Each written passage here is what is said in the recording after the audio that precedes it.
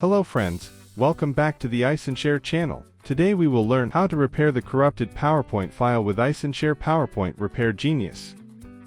iSunshare PowerPoint Repair Genius can help solve all kinds of PowerPoint corruption errors and get your content back to normal. You can download and install it from iSunshare official website.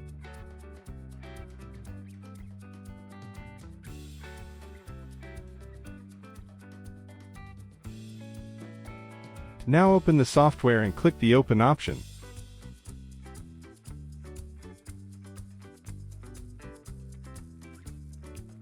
Then select the corrupted PPTX file.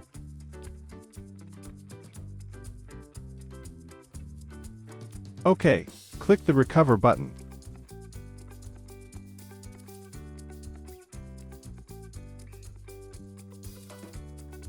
Soon, the damaged PPTX file is recovered.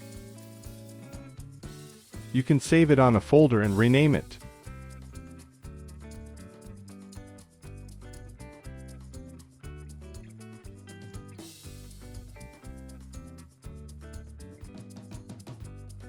After that, open the file to have a check.